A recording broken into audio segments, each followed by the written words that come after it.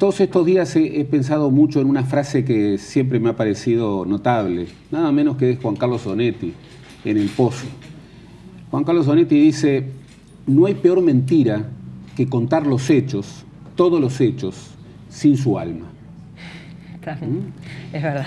Entonces, si uno recorre los hechos, uno dice: se han cumplido los plazos, se ha cumplido la formalidad jurídica. Eso por parte de la Cámara de Diputados de Brasil. Exactamente. Ha cumplido con la formalidad jurídica. Ha cumplido con la formalidad jurídica. Ahora, el alma de los hechos, sin lo cual la lectura es mentirosa. El alma de los hechos es la intención política de derrocar al gobierno de Dilma Rousseff. El tema del impeachment contra Dilma Rousseff es muy diferente del impeachment que está planteado contra Acuña, que tiene como delito de responsabilidad un delito Recordemos, de corrupción. Acuña es el presidente de la Cámara de Diputados, pertenece a la oposición, al PMDB. Formaba parte del gobierno. Pero sí, formaba parte del gobierno. Al PMDB. Tampoco el impeachment que está planteado contra Temer, que es quien sucedería a Dilma si cae, el vicepresidente, está vinculado con hechos de corrupción. El planteo que se le hace a Dilma no tiene nada que ver con la corrupción. Y eso la gente lo tiene que tener claro. Es otra cosa totalmente distinta. No tiene nada que ver con la distinta. corrupción. Tiene que ver con haber maquillado las cuentas públicas para, de alguna manera, mejorar el perfil de su gobierno frente a la campaña electoral.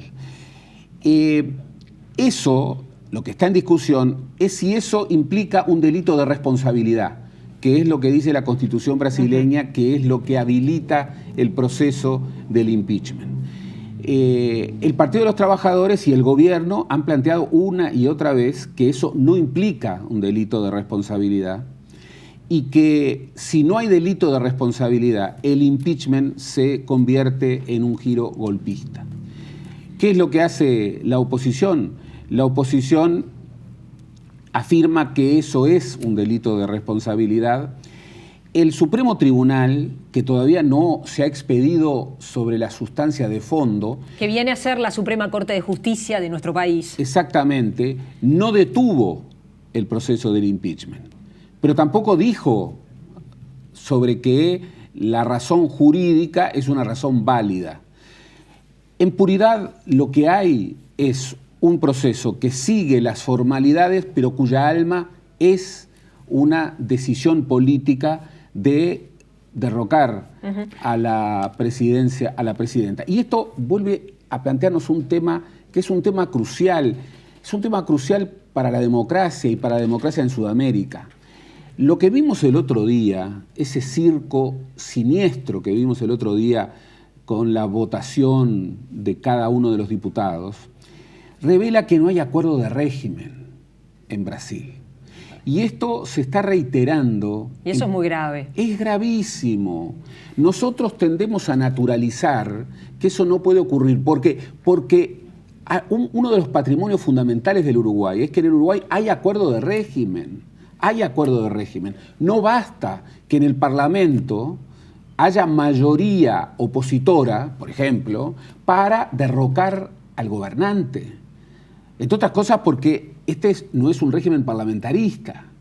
Hay algunos que dicen, bueno, pero si el presidente pierde la mayoría parlamentaria, es lógico que caiga. Es lógico que caiga el presidente de gobierno en un sistema parlamentarista, pero acá estamos en un sistema presidencialista.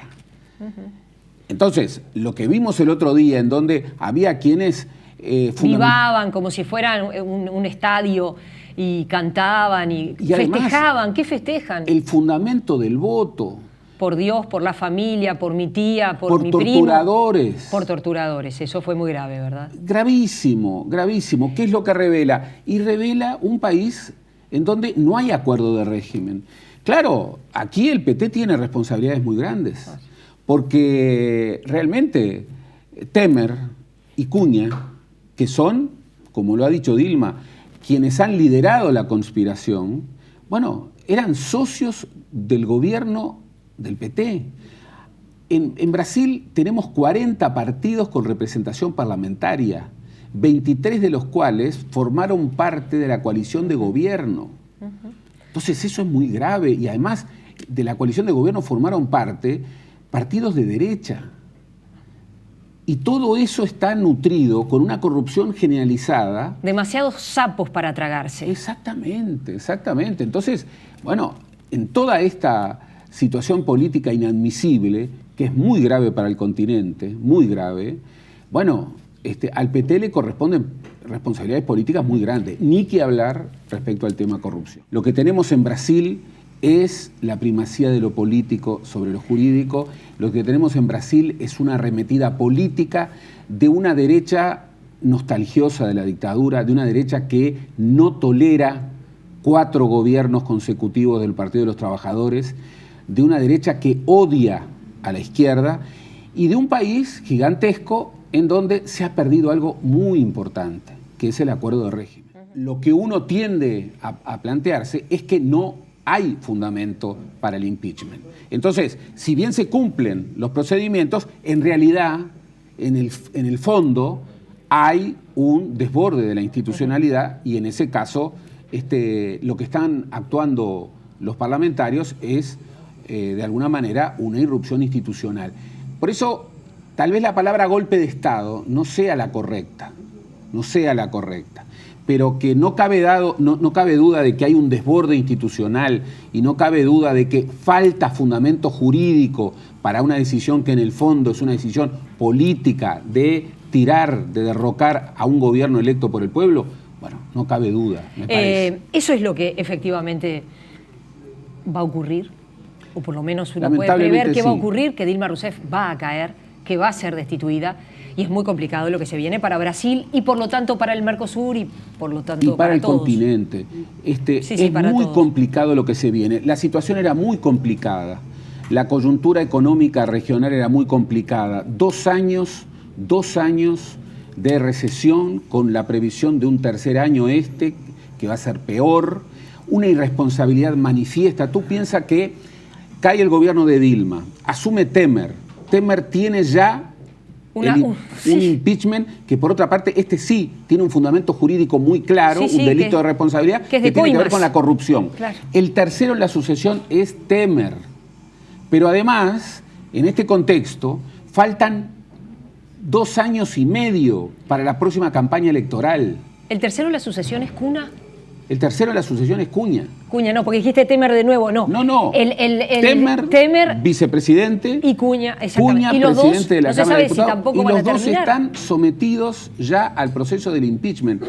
En 4 meses tenemos los Juegos Olímpicos en Brasil.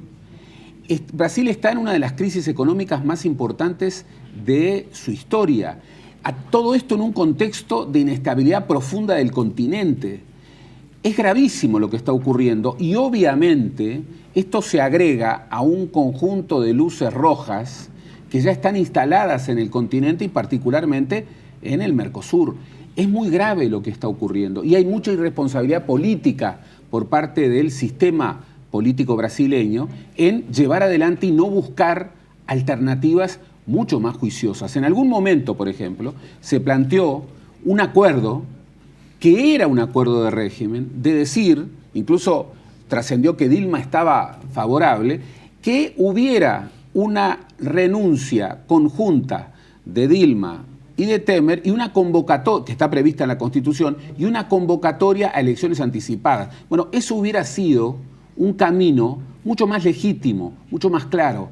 Acá no lo tenemos. El PMDB, que siempre dicen, el PMDB está en todos los gobiernos, pero no gana una elección. El PMDB, que no tiene un gran respaldo popular, se va a quedar con el núcleo del gobierno. Entonces, nace un gobierno totalmente deslegitimado, un gran motivo de preocupación para América Latina y particularmente para Uruguay, que está, recordemos, en el vecindario más directo de Brasil.